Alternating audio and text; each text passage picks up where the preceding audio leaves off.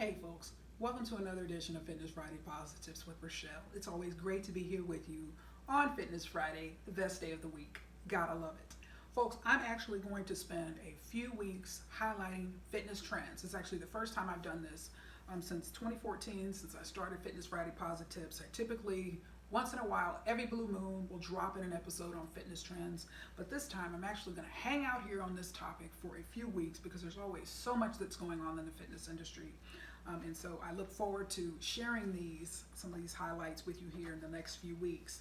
And so I wanted to kick off here with a positive example. You know what a threat the coronavirus, which you know, yes, it's a SWOT analysis diagram. Strengths, weaknesses are internal, opportunities and threats are external, but we know what a tremendous threat the coronavirus pandemic has had on the fitness industry and all industries, quite frankly, and on our way of life, generally speaking. And so we think about what a threat this is and how challenging of a time it is in terms of gyms and facilities and what's going to happen. And so it's a very, very, very not a static situation at all. A lot of uncertainty, very fluid situation where you've got gyms, some that have been open for a little while, some that have reopened and have closed back down, some that haven't opened at all yet since the shutdown. And so just depending on where an individual is, just a lot of things going on and a lot of worry and anxiety and fear and all of that, just the overwhelming uncertainty that's going on. Wanted to highlight a positive example, just an encouraging example. I know I saw this when I was in Louisiana here on vacation. And so Pamela Kufal published this article on June 22nd. And so the title of it appeared in Club Industry. And so Genesis Health Club shows off renovated location, 4% usage increase per week company-wide. And so I'm going to read this, not too long, but I just wanted to give full context of this article. So May 18th was a big day for Genesis Health Clubs, Wichita, Kansas. On that day, it reopened many of its 51 clubs in 6 states that had been temporarily closed since March 16th due to the COVID-19 pandemic. Company-wide, usage is 64% compared to the same time last year, but is gaining about 4% per week, according to owner Rodney Stephen.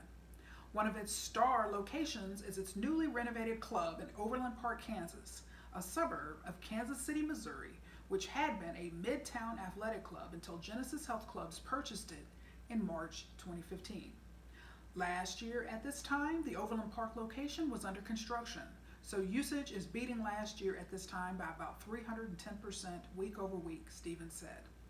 The $11 million renovation added 25,000 square feet to the now 120,000 square foot club, which has 9 indoor tennis courts, 4 group exercise studios, cardio and strength areas, a basketball court, an indoor lap pool, a kids club, a spa, and a bar area.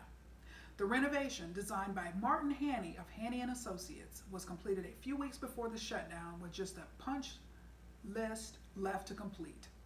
In fact, the grand opening actually occurred pre-COVID-19 shutdown. Members are ecstatic with the club and so excited to be back in the clubs, and this just really pushed it over the top for Overland Park. Very bright future for this club, Stephen Cole told Club Industry. New membership sales are growing at this location, he added. The company has taken several steps to ensure the safety of its members. Every staff member and guest gets a temperature screening when they arrive. Anyone with a fever or other symptoms will be asked to stay home. The company is ensuring 6 feet of social distance between members on equipment, partially by blocking off equipment, limiting the size of group exercise classes, and requiring that members in the weight room only use every other machine. Stephen also invested in virus eliminating technology and has added oxidation air purification systems to the busiest areas of every club to kill viruses and bacteria in the air and on surfaces all day long. Natural ionized advanced oxidizers are released directly into the air to purify oxygen and surfaces. Each club now has a sanitation specialist who disinfects and sanitizes continuously. All personal trainers and members are asked to sanitize equipment before and after use. The company also added more hand sanitizer, spray bottles, and other products to make sure every surface stays sanitized throughout the day. To see more photos of the club, scroll through the slideshow at the top of the article. And so, some encouraging news. See some membership growth in that particular area, in that particular club. So just in spite of this coronavirus pandemic, good things are still happening inside and outside of the fitness industry.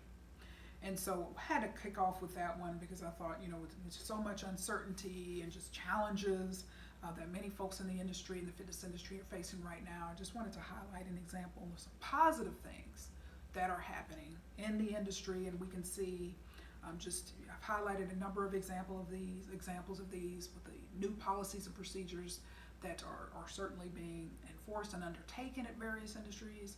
Within the fitness industry, at various entities, in terms of sanitization, cleaning, and all of these type of things, what's going on, and that is a strength. We think about how clubs, studios are handling this cleaning aspect during this coronavirus pandemic. That's a strength. That is an absolute. Think about the SWOT analysis. Yes, the strengths and weaknesses are internal. So the facility or facilities or chains, how they are handling this coronavirus pandemic can certainly give them an edge, a competitive edge in their respective markets or within the industry itself. But we see the situation very fluid, changing very, very frequently in terms of what's going on, what's being done. We see that Planet Fitness, if you haven't already heard, August 1st is requiring, as of August 1st, as a requirement for masks in its fitness facilities.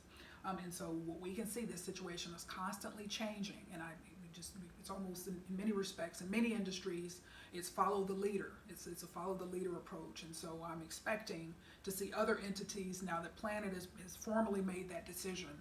You see a lot of smaller private facilities have had that since their facilities have reopened. But see, when you see a major player, a market leader, such as Planet, make that type of decision, I fully expect other entities to have this requirement start rolling out over here in the next few weeks. But we'll see. But that's typically how those type of things work. So got to know what's going on in your industry and what's happening. But there are good things happening in the industry. And so to dovetail on that cleaning aspect of what's going on in this coronavirus pandemic and how operations of facilities has been challenged and changed in many respects. And so the July-August 2020 edition of Athletic Business, there's a wonderful article here in the Owners Club that I'm going to highlight here that talks about policy enforcement and all of this. But it smiled when I saw this, because it's got the Pre-Core, of course, the latest model Pre-Cores right there. You can see their ellipticals right there, cross trainers. And so it just made me smile. You know how much I love the Pre-Core EFX. Those are newer models, so they're not my old school 576i, but it's still Pre-Core, so that made me smile. I said, yep, there's in my opinion, I love that machine. So that certainly made me smile when I saw that. And so when I find this article here we go. So the title of this article is Now More Than Ever, Policy Enforcement is Vital. And so this is written, Chris Stevenson, and I've highlighted him before. He replaced Rob Bishop last year. So this is part of the Owners Club. So it's an inside look at fitness facility management. And so he always has good things to say, much like Rob Bishop did. And so he's talking about, just give 6 pointers on, so we're talking about policy enforcement and what a challenge that is. Because not only in the fitness industry, but we've seen many examples here of social media, on traditional media, of how people have handled enforcement, employee enforcement. You got to do this. You got to follow the CDC guidelines. You have to wear a mask. We see some of these reactions that have been just negative and just kind of off the top. And so want to highlight this just to recognize, and then this is such a wonderful point, because again, the situation, particularly in the fitness industry, is so fluid, because you've got, just depending on what part of the country an individual is, or certainly in one part of the state in some cases, an individual may fall on if the facilities in that area are opened or had been opened and had to close back down again, or haven't opened yet. But this is certainly something that is so important, because, without staff members being able to maintain the standards and enforce the policies, it's going to be a big challenge. Because what did you hear me say not too long ago? How facilities are handling, particularly the cleaning aspect in their facilities, can be a very big strength relative to competitors. And so that is going to require enforcement, that's going to require commitment, that's going to require consistency. And that is going to fall, yes, on members to do their part, to wipe down machines before and after, and to really be careful in those respects and respectful in those regards about thinking about other members and wiping things down, things that should always be done anyway, pre-COVID, but there's a lot of parody type of videos, and then that's something kind of Jim No-No type of things, and this not wiping down machines has always been a big one. But COVID just makes this particular point so important, so important, more important now than ever. But it's always been important, but just how these policies and procedures and standards are communicated, how they are enforced, is so important. And the challenge is the profit motive aspect, where a member could get mad and cancel the membership, or do something on social media, or write a review, and so it's just a very, very tough situation all the way around. So he provides some pointers on how to handle this, and so let me read some of this. I'm going to not read it all. There's a lot here, so I'm going to be skipping quite a bit in the interest of time. But Chris Stevenson starts this out by saying, and by the way, he is owner and founder of Stevenson Consulting in Westlake Village, California. So he's owned fitness facility and all of this and that. So policy enforcement can be a pain. Hardly anyone likes doing it, which is why it doesn't always get done. However, now more than ever, enforcing policy is vital. As our facilities reopen and the new realities dictated by COVID-19, there will be physical distancing and cleaning protocols in place to make sure the safety of members and staff alike that our members simply must follow and our staff absolutely must enforce. A staff member ignoring a policy violation is akin to a police officer witnessing a crime and not taking action. While a little dramatic, that comparison illustrates the point. Staff will be more successful in addressing these situations when given direction and an opportunity to practice through repeated role play. Here are 6 steps staff members can take to make enforcing policies a less painful process. Number 1, introduce yourself and your role in the organization. While it may seem like a given, I have seen many staffers simply approach members and tell them to stop doing something. This can come across as confrontational and off-putting. An initial introduction allows the staffer to build rapport and makes the moment feel less like an attack. It also lets the member know that the staffer is an authority figure. Okay, gonna skip the rest of that. Number 2, let the member off the hook. Start by saying something such as, "I'm sure you didn't know," or "you probably weren't aware." This will let the member know you were not mad. You were simply there to educate and inform. Truth be told, the member is likely aware of the wrongdoing and just trying to get away with it. Nonetheless, the educational approach can keep the member from becoming defensive. Number 3, explain the policy. Clearly explain what was wrong with the member's action or inaction and what the future expectations are. Make sure to be succinct and clear in the explanation. If possible, avoid the word policy. No one likes that word. Gonna skip the rest of that. Number 4, clarify the why. An explanation is not enough. It should be followed by a good reason why the policy is in place.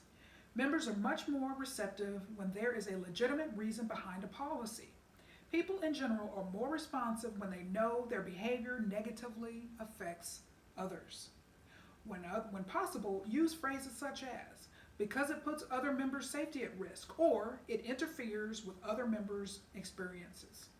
Skip the rest of that. Number 5, give alternatives or options. Instead of just taking something away, give something back if possible.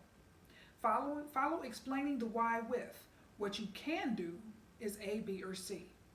In the specific case of COVID-19 policies, you may not be able to give an alternative, but you can show them exactly what needs to be done and how to do it. Step 5, in our example would be, we have placed disinfecting sprays, gloves, and towels in several locations, and in brackets, point them out, end of brackets, around the facility to make it as easy as possible to wipe equipment after use. Number 6, thank them. It may seem silly, but a simple thank you goes a long way. This gesture shows members your appreciation for their willingness to listen and comply. It's also just plain polite. Finally, it is helpful to give members the opportunity to ask follow-up questions. To wrap up our example, thank you so much, John. We really appreciate your understanding.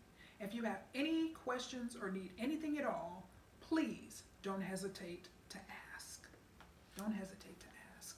So very good reminders, regardless of where a facility is, in terms of the opening, reopening, closing cycle, and the situation.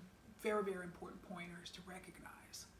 It's so important. It's going to take staff members as well as members coming together, collaborating, doing what needs to be done in order to be successful in maintaining these policies, which are meant to keep members and staff members safe.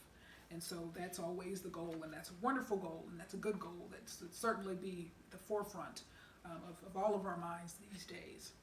And so the last example, or the last trend, when I point out something I've highlighted here a few times before, but this is just a new snippet of an article that was published here, the July 13, 2020 edition of Ad Age, formerly Advertising Age, so all about marketing, branding, advertising.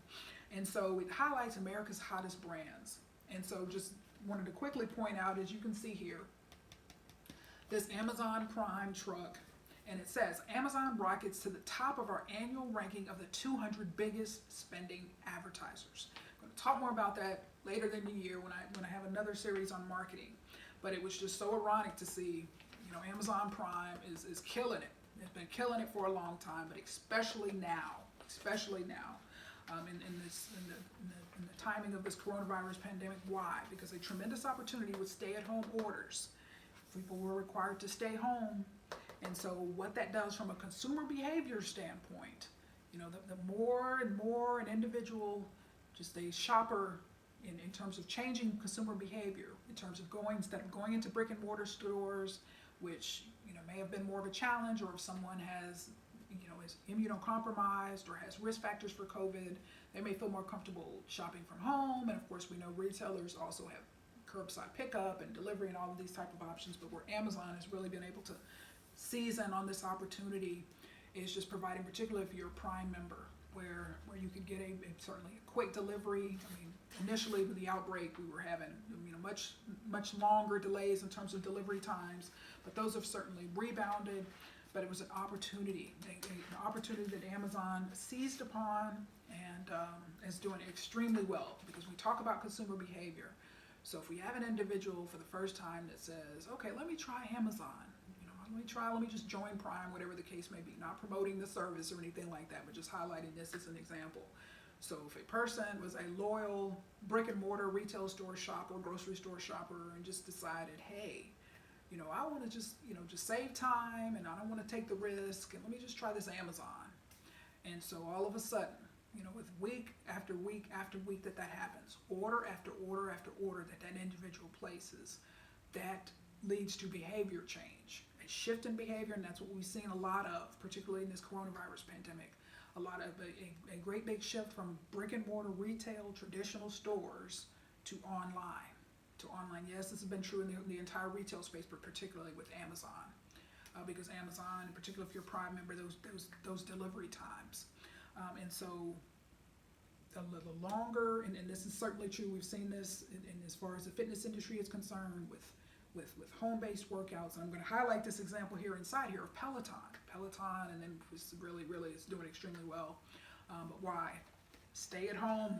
Gyms were closed, particularly early on in the pandemic. And now we have a situation in this country with the fitness facility situations, operations being opened or closed. It's a very fluid situation. No one knows ultimately what's going to happen. Some have reopened and closed back down. Some haven't opened at all. Some have reopened. And so just the uncertainty around with this big threat of the coronavirus. And so home-based fitness has really done extremely well during this coronavirus pandemic. And I want to highlight this example of Peloton. I've talked about them during the leadership series a couple of times. And so they were highlighted again And so the title of this article, folks, is America's Hottest Brands. So we see examples here. They have brand being such as Instacart, Clorox disinfecting wipes, Chewy, Dr. Anthony Fauci, again, from a personal branding perspective. And so Peloton was included in this list along with others.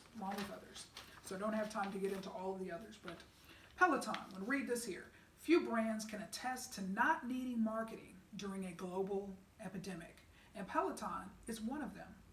The fitness company saw sales skyrocket so much during coronavirus lockdowns as exercise-craving consumers invested in the brand's stationary bikes and home fitness materials that it pulled back on advertising and plans to be more efficient with media spend, while word of mouth and existing brand awareness propelled the company forward. For the ended March 31st quarter, Peloton reported a revenue increase of 66% to $524.6 million as subscribers grew 94% over the year earlier period. In May, the brand hosted a live ride with pro athletes on ESPN where viewers tuned in to see their favorite sports stars pedaling stationary bikes. As lockdowns lift, Peloton will continue to push its treadmill as it expands into new product areas, which include family fitness offerings.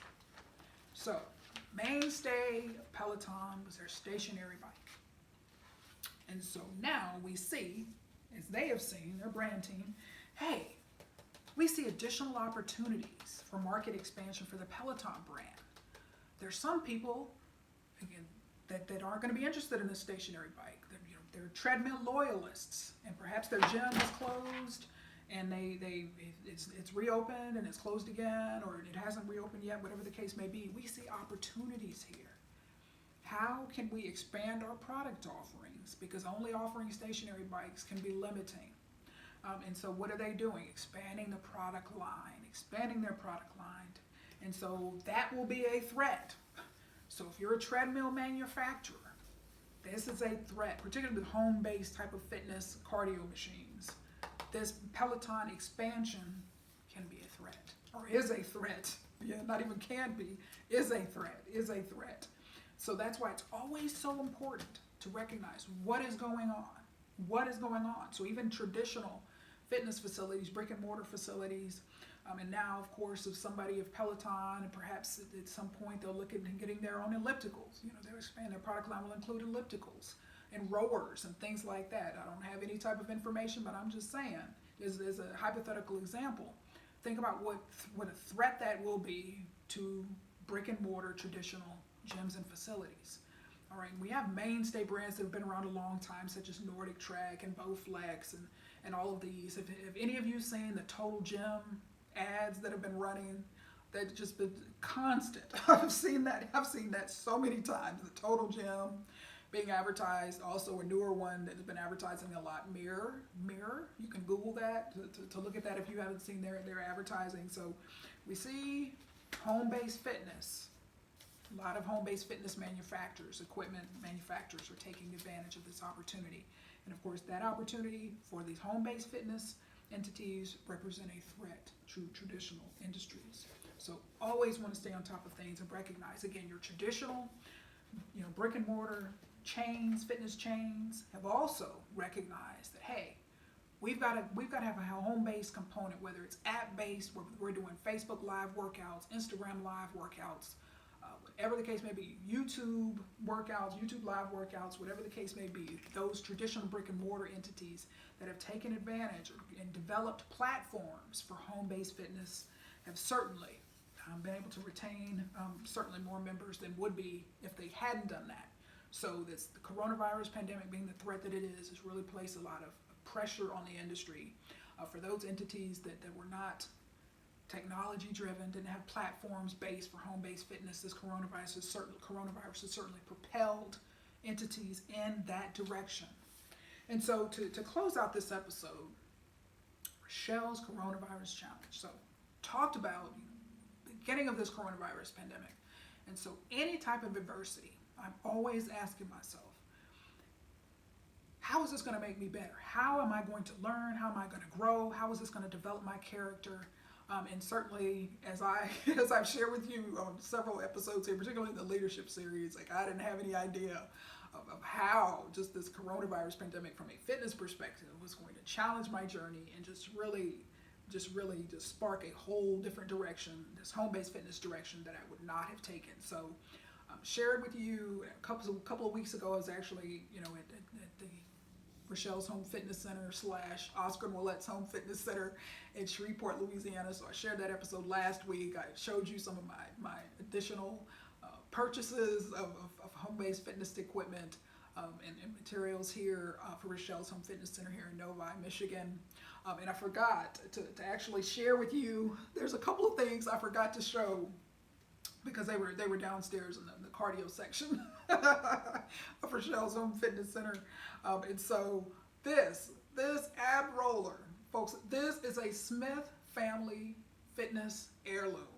Now, this ab roller has been in my family, but this is my dad's ab roller. And I found it, I'm always organizing, whatever, anytime I go to Shreveport anyway. So, and I saw this and I said, oh my goodness, I've never used an ab roller before, but I've just got to use this. I just have got to import this and bring this on over to Rachelle's Home Fitness Center. But I swear, I think he said this about 20 years, if not longer, 25 years maybe.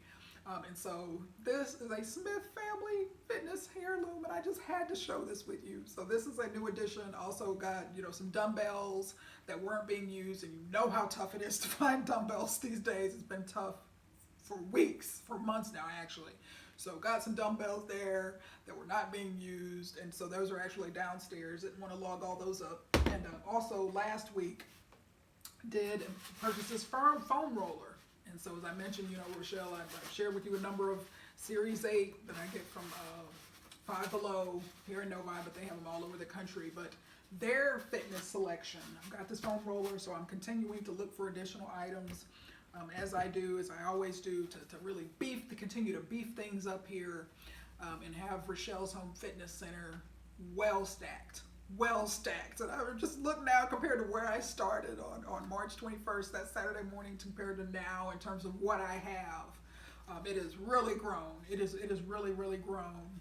And so when you think about even, fitness manufacturers, you think about this, the opportunity, and for home-based fitness manufacturers in particular, the opportunity that they have really taken advantage of, and recognizing how the sales have really been extremely high, because the inventory that I see that I saw certainly in Shreveport, because their inventory was just incredible down there.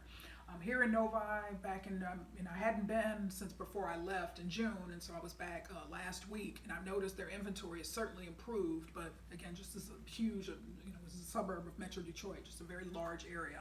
So a lot of shoppers, a lot of fitness stuff remains in very high demand.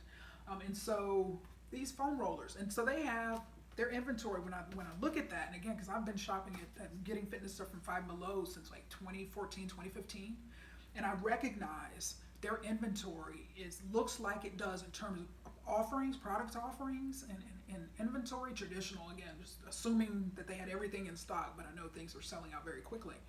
But their product offerings, certainly compared to what you would see right smack dab in January, in the middle of the traditional New Year's resolution crowd, having all this type of inventory. So it shows from a market analysis standpoint how these manufacturers have really stepped up in terms of what they have, because their fitness section is really strong, and it's usually not that large and not that well stocked in terms of product offerings this late in the year, particularly here in Michigan, because our summers are shorter.